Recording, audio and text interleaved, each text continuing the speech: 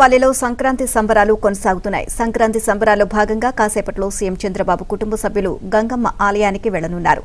గంగమ్మకు ప్రత్యేక పూజలు చేయనున్నారు. ఆ తర్వాత తల్లిదండ్రులు ఖర్జూర నాయుడు, అమ్మనమ్మ సమాధుల వద్ద సీఎం చంద్రబాబు కుటుంబ సభ్యులు నివాళులు అర్పించనున్నారు.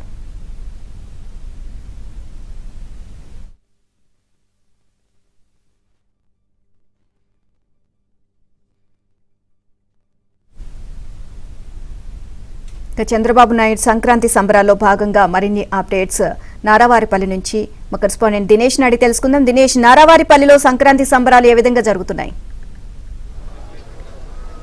నీలిమా, మొత్తం మీద ఈ సంక్రాంతి ఈరోజు కాసేపట్లో చంద్రబాబు కుటుంబ సభ్యులతో ఇంటి దగ్గరే ఉన్నాం మనం. ఇప్పుడు ఇదే చంద్రబాబు సంబంధించిన ఇల్లు నారావారిపల్లిలో ప్రత్యేకమైనటువంటి అలంకారం చేసినటువంటి దృశ్యాలు చూస్తున్నాం. మన వీడియో జర్నలిస్ట్ నటరాజ్ చూపిస్తున్నారు.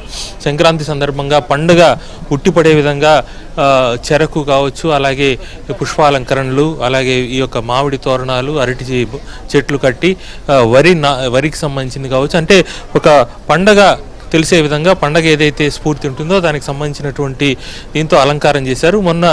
నిన్న ఉన్న అలంకారాన్ని ఇప్పటికి మార్చినటువంటి పరిస్థితి ఉంది.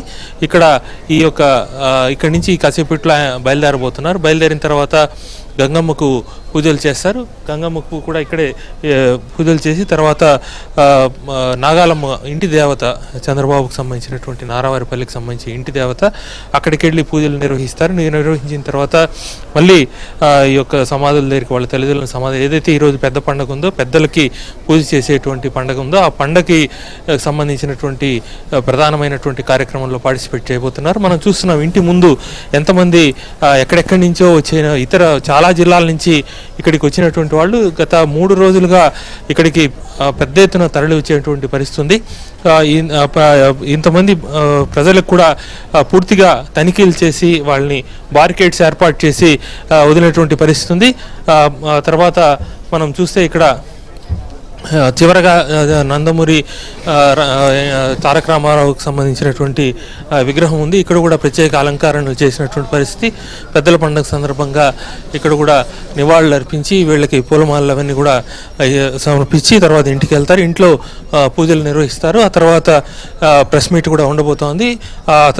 ఈ క్రమంలో ఎన్టీఆర్ దగ్గరికి వచ్చి వెళ్ళేటప్పుడు ప్రజల దగ్గర అందరి దగ్గర కూడా వినతి పత్రాలు తీసుకుని మళ్ళీ ఇంటికి వెళ్ళేటువంటి పరిస్థితి ఉంది.